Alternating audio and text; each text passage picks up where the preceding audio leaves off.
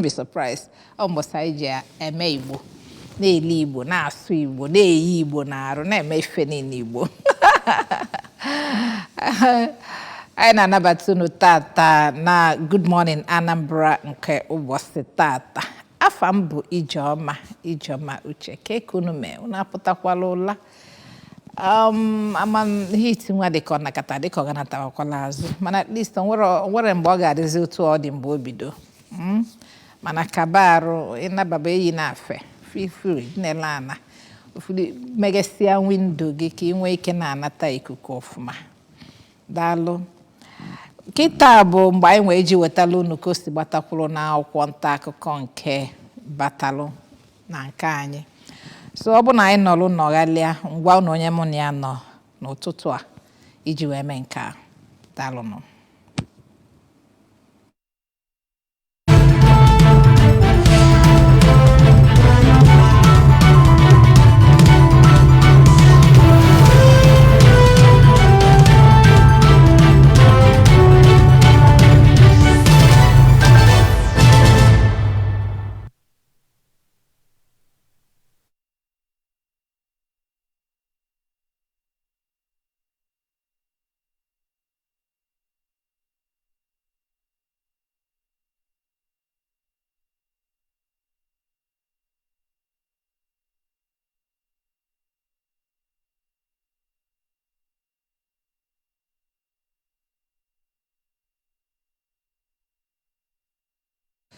Ọ dị mma na-anabatakwa unu ọzọkwa. Daalụ nụ. Onye nọnyere m n'ụtụtụ a bụ Apostle John Paul Ilodoba. Ọ ndị na-etinye ọnụ ka ife si wee gbatakwụlụ.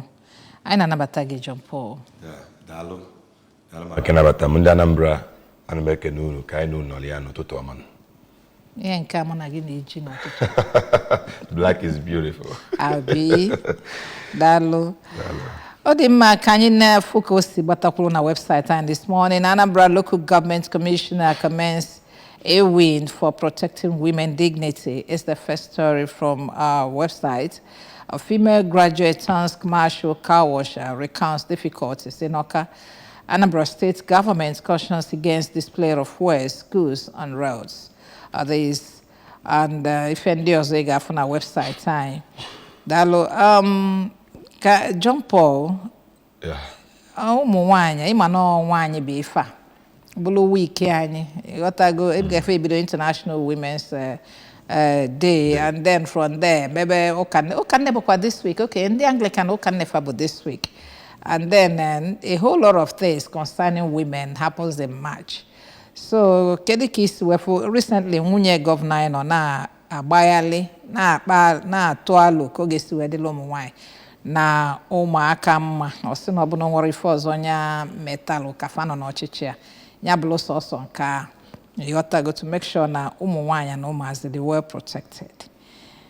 Kedu ife nwere ikwu? Well, ife dị mma eme nke dị mma ekwu na o mere ekene ya maka na asị na ekene onye gburu ọkụkọ na ofe ewu na oyi egbu. Anyị na-ekene nwunye gọvanọ na agba mbọ ọ na-agba n'ebe ụmụ nwaanyị nọ n'ebe ụmụntakịrị na-eto eto nọkwanụ ife agba n'aka ejila enyo welere nie ịna-anya ifu na since the government of Soludo batara mgbe ya ma nwunye ma na-agba mbọ na-edozi Anambra State in every sector. Nwere sector arapụrụ iche infrastructural wise they are doing something every angle ọ na-alụ ọrụ. Now Anambra Local Government Commissioner commends a win for protecting women's dignity. Ife kwesị ka otu ụmụ nwaanyị na-abịakọta ọnụ na-ekwu ife banyere ụmụ nwaanyị otu oge si wee dị mma maka anyị na-anya n'akụkụ mpaghara ala Igbo dị iche iche even Nigeria, in Africa o nwegasị some full culture or tradition na-suggest na ụmụ nwaanyị ga-emekpa ụmụ nwaanyị alụ. So n'ọkwa otu ụmụ nwaanyị adịgasị iche iche ga na-apụta bụrụ stand as an advocacy group, advocate for the women. Ka eso otu ame ka ọ wee na-adị mma. So na anyị na-ekene a group ụmụ nwaanyị bụ a win, for standing out and a win as led by Stella Igboka. I read that news. I think that was yesterday also when they visited SSA to the governor of political matter. So It's commendable for the sick and all of that. But don't worry, if you can see on here. Anambra State government cautions against display of wares, goods on road. Yes, Anamayo, Nifa government of our state in Eku, they're very, very important. I don't see reason why Oyena Hazuafia, Gejibulafia on Hazu, Potasia Nozo. Ibru, if any display, when you display these things, our road, you are not only causing, nuisance. You are making the beauty of the state, to vanish. So, I feel that now our governor that now Anambra State will become Dubai, Taiwan. And you see him working it out in action. You see him doing it, trying to make it come true. So, like we see that only if you na display some we have shops inside the market. Ebola first market inside the market, but on a main road be a only go gafia but an email bed gafia go gafia. Not necessarily because they are nilo on your way going. So then I on the Anambra beacon Kaiki in into this Governor Soludo's agenda of he make Anambra they great again. Anambra must be great again.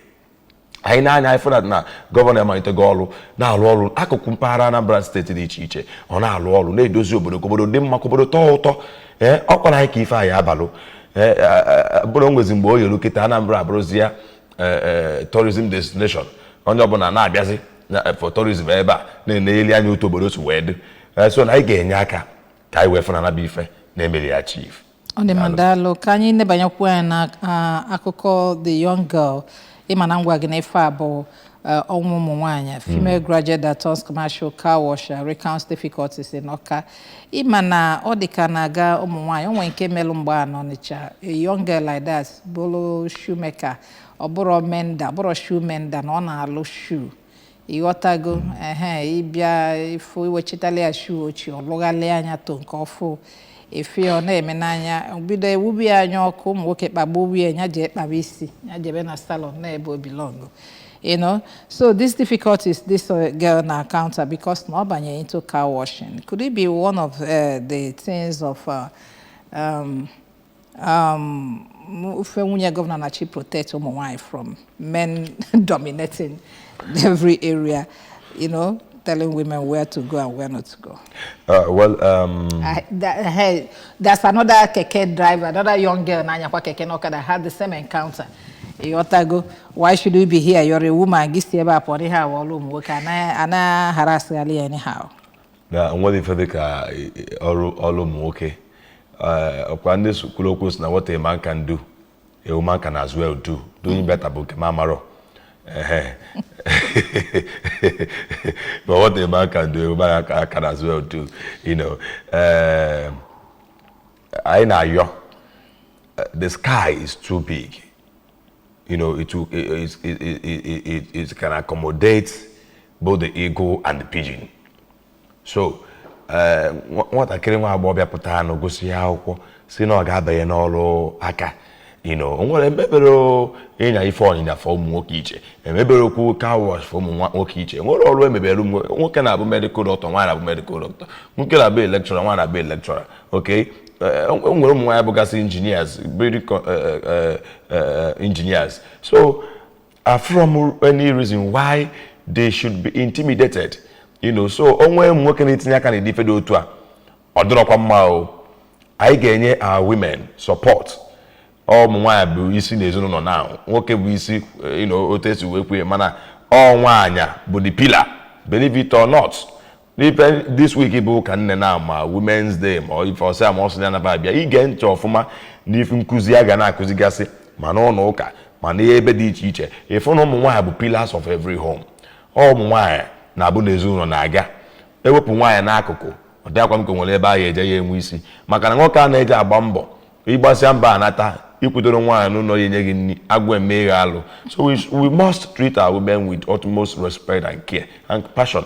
We must treat them. So I join my voice when they na support.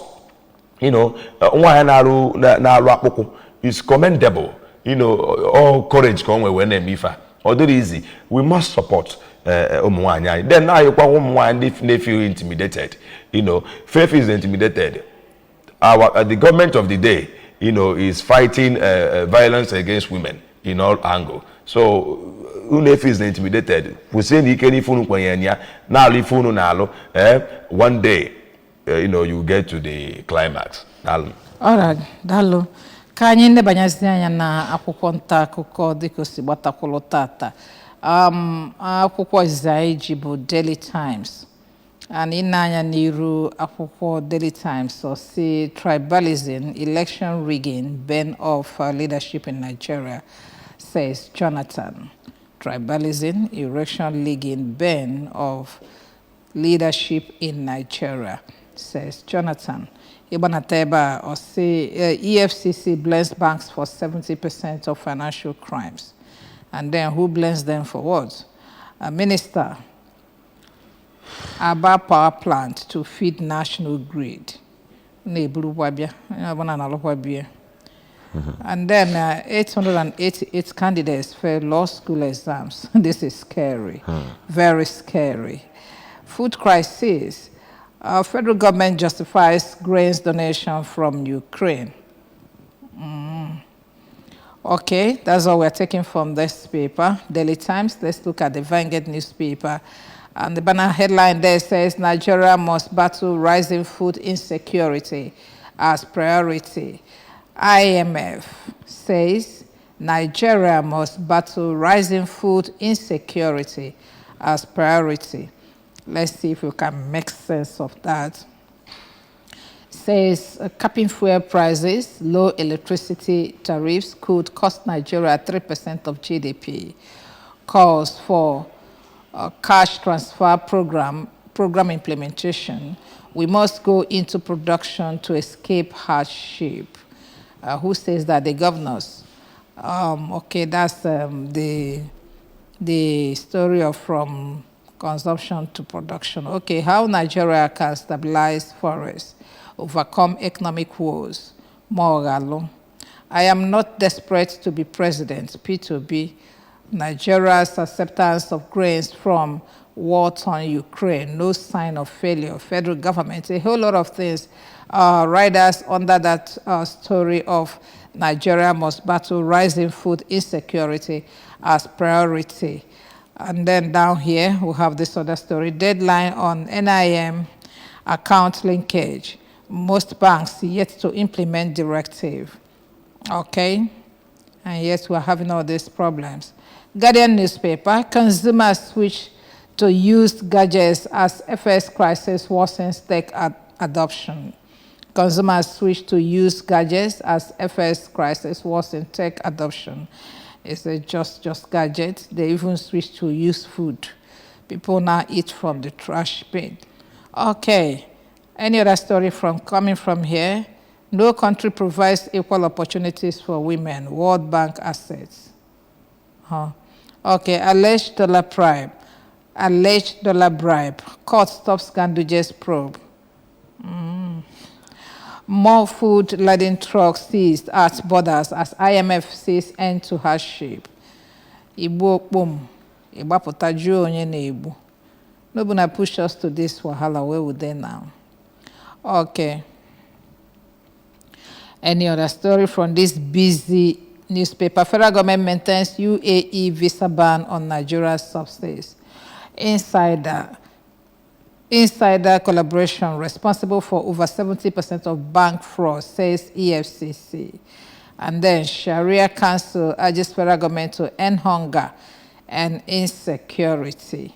Yes, before we look at other papers, let's first of all look at this position of Jonathan, the former president of Nigeria, saying that tribalism, election rigging is the bane of leadership in Nigeria. Do you agree with him? Yes. Aina ni fenomena Nigeria tata. Our former president has said it all. Tribalism, election rigging, bane of Nigeria leadership. Leadership in Nigeria. Obodo etigo Nigeria nwurugo ekpere ka anyị na-ekpe ka ama ma ọ ga-adị agakpọ itinye n'ọnwụ. You know, ọ bụ obodo ayasago.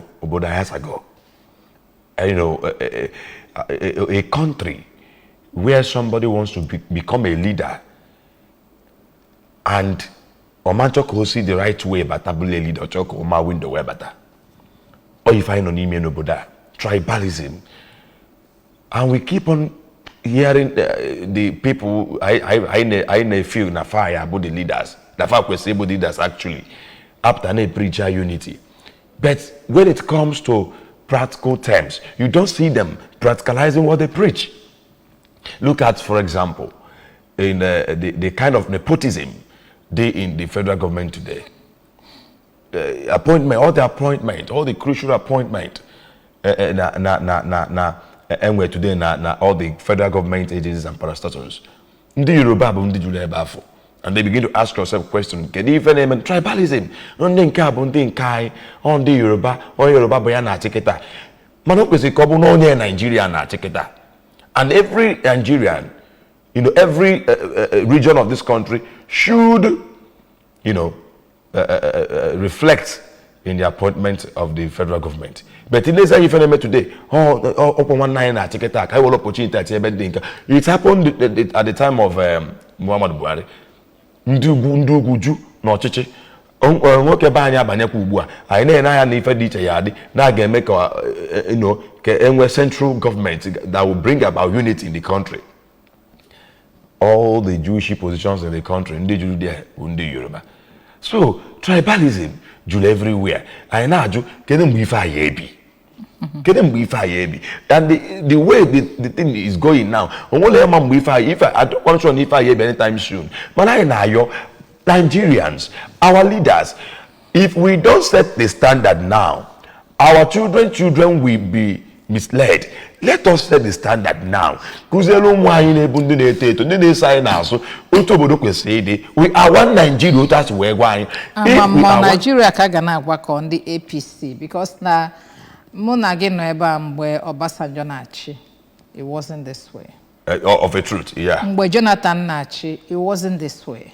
So, all APC ka ga na-agwa na ife abụ their own mantra, tribalism and election rigging. Or makana perhaps na fabo expert, but afaji we chupu mwe and a sitting president. And then not just that, in Ezanya, what happened during the 8 years of Buhari, it was the whole government was Fulanized. I'm telling you. And now you are saying that he's been Yorubanized. Yes, it's obvious. It's obvious. From CBN down, every sector. Just do a thorough so I don't think it's a Nigerian thing. I think it's a party thing. It's so APC should because I don't want APC when they should go back to their party and look at this whole thing. You know, resolve this matter because can we unity? Let the unity not just be on paper. Can we unity in practical terms? I want Nigeria is one. Let Nigeria be one. Okay. Nigeria be one in every sector. Abune wote onye Yoruba CBN governor. Men onye Hausa Minister of Finance. Men onye Igbo Control General of Custom. Kesefieke. Always one obona. Manina here today. All those agencies, parastatals. Go and study what I'm saying. You find out to yourself. Security. Insecurity is on top gears now. What do you? No, what I mean, even is security. Okay. The police, yeah, the army, they everywhere. You know. So let's look at this story. Minister, about power plant to feed national grid. Okafe ebulukwabia. Onye ife mmam onye wokwa nya wole na bakwa aka o maka na ozo kita anu agasa the ten ka o gale bukwa plans eji we gasia. And another thing bona I na to na the power plant get replicated in the whole of the southeast. Look at what over the weekend I was reading about that power plant and something caught my mind. I was like, wow. This is a great news, okay? And then I was telling myself, Obuka na restructure oboda. Omanka kwa ndi Igbo njo. Yes. I just remember, better no be, I smiled if I told Moto Iche, you know.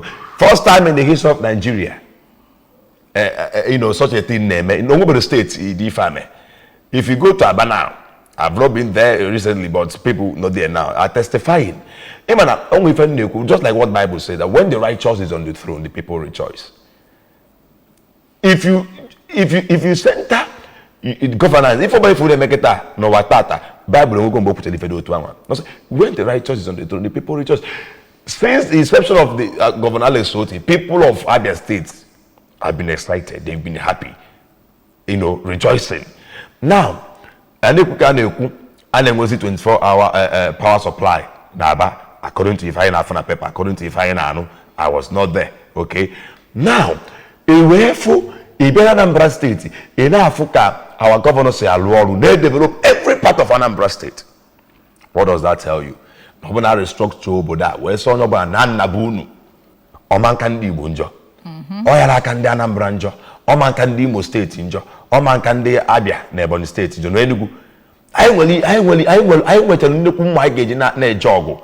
If I go see those Sobokobo de Mwa, if I take it for Anambra State, one local government, one community, it gas that now Governor Soludo has not touched.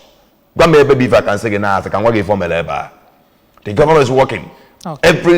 Every local government, if we are on Oka today now, look at what is happening today in Oka. Oka the capital. Before now, Odika one glorified village. But today, look at what is happening. Oh my goodness. Yeah, you will be carried away by joy. I'm telling you, if you walk out there by TMU, this is governance. I was flying this road from Abakaliki Street down, this. I was just shouting. You see? I say, so that's a time that we're going to have this kind of. I'm telling you, I never dreamt of it because now. Honestly speaking, it's imagine how long it's been like that. So, Governor, so even he's doing a very beautiful. It's like he's been underreported. The work he's doing. I'm being very honest to you. He's doing. Our governor is trying. Governor of Abia State is also trying. When I find this weekend, only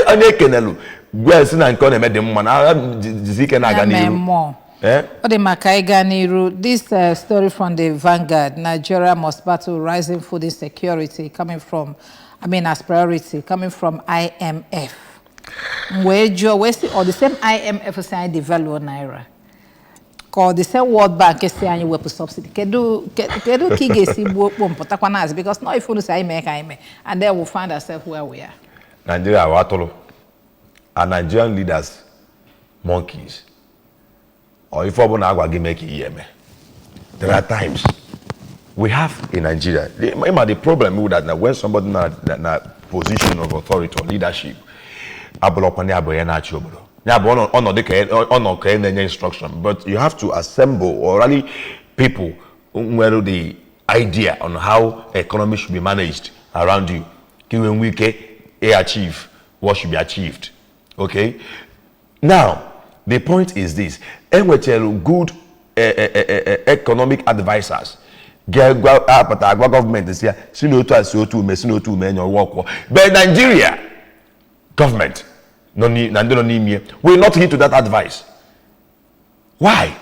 We can only with advice or with the liver. Or Professor Charles Chukuma with the advisor. And moreover, in everything when they benefit in him, yes,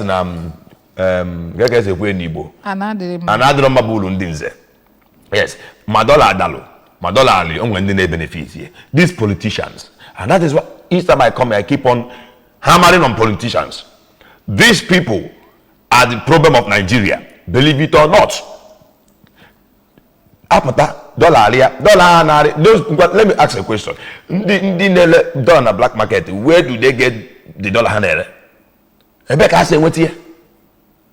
With here if you want to say debie in case in for okwa amadio maybe narege anya kadendo no waka ibia forcing industrialists na generator ge we generate okwo wetin na freezer ge e ma agbata mu the fuel because of the price. A lot of companies afford to go in Nigeria. Most of the companies are folding. What do they really want to do with this country, but the IMF and World Bank? On daily basis. Okay. Can you for the rest of the papers? Dangote Tribune, because Dangote refinery's second crude oil shipment leaves U.S. for Nigeria. Dangote refinery's second crude oil shipment leaves U.S. for Nigeria. I'm in Tribune, please. Okay. First cargo to arrive next week. Crude oil. When did we stop exporting crude oil? Actually, Nigeria export crude oil. Keduzi. Okay. And Nigeria is a scam. And then Nigeria kind of what news I had on Nigeria. Nation newspaper. I know that I say na monkey no go. I know that I say no kwa boy go. What news? Fact, sometimes even as analysts, I'm not going to go in my analysis if any know about that. Because you know Nigeria uchibo, you understand it that Nigeria is a scam. Can you better for us? How can you be saying your country is a scam? Because that is what you feel in Total. But social media language. We don't speak it here. Nigeria is a scam, so you're a scam because you're a Nigerian. Okay, let's move on. Let me be honest with you. Sometimes I just wish I was never a Nigerian. I'm telling you. There's nothing I can do about it. You look like a Cameroonian. No, I want to be. But as it is right now, as Nigeria. I'm telling you the truth. As it is right now, Nigeria okay, Daily Independence. High energy cost, Daily Independence. High energy cost, Telco spend over 60 billion naira monthly on diesel, canvas tariff review. High energy cost. Telco spend over 60 billion naira monthly on diesel, canvas tariffs. So these are the when they start bringing out reasons like this, you know there's going to be increase in whatever they want to do now. Okay, other stories coming from here. Measles outbreak hits 5 Benue local government, Lassa fever deaths on the rise. We should watch out for this place. Sanwo-Olu increases bursary scholarship for indigenous, physically challenged students. Army has no desire to truncate Nigeria's democracy. That's if you have one. This is coming from Labaja. Why customs suspend distribution of seized food items by CG? Kendi we good unu na eke. Okwa goose umu Igbo. Gunu we na eke ndi bu na mboge eba ha go na go anyi nwa eba. But men are na lose ego fa. Tinubu has no excuse not to restructure Nigeria, says Afenifera. Okay, we talked about restructuring, that this is the best time to do that. Nigeria's economy not in distress. I think I've seen this story somewhere. Yes, Nigeria's economy not in distress is even progressing, says Tinubu. I think he said in another paper that what we're seeing is not a distress, that is a reform. That Nigeria is undergoing a reform, that's why we are feeling this way. By the time they finishes the reform, they fall on over bidi. That's what it's like. It's like war. And which and the phone I continue about to say our economy not in distress. Okay, it's in national, but our economy not in distress, says Tinubu. Let me see the rider. I think that's where I have interest. Reforms will take country out of challenges. Okay, that's exactly where I saw it. Yes. On a last note, shall we? Okay. Economy not in distress, says Tinubu. Well, I don't know whether he's feeling what Nigerians are feeling. I can hear. Because for him to come out and to tell Nigerians that the economy is not in distress, that means the economy is good. Okay. So if the economy is good, why are Nigerians suffering? Why is $1 almost 1,005 now? At the time it got to 2,000 plus. Why is one bag of rice about 80,000 in the market? Why is a bag of cement almost 13,000? It's there is a reform that this one too shall come to pass. Shall come to pass when Nigerians are dead? John Paul, when Nigerians are dead, are all gone? Because the problem of this country is lying to ourselves. You know, sometimes a problem. You know, okay. It's too bad. It's pathetic and annoying. Sometimes na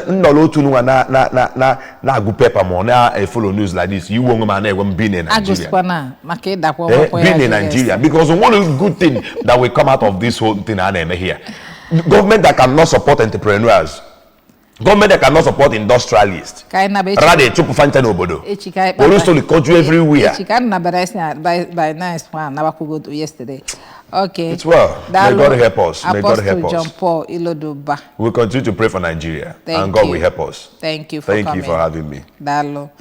O de ma fambi Joma ka anyị nọghalia wetara na ife ndị ọzọ anyị nwe. Dalo no.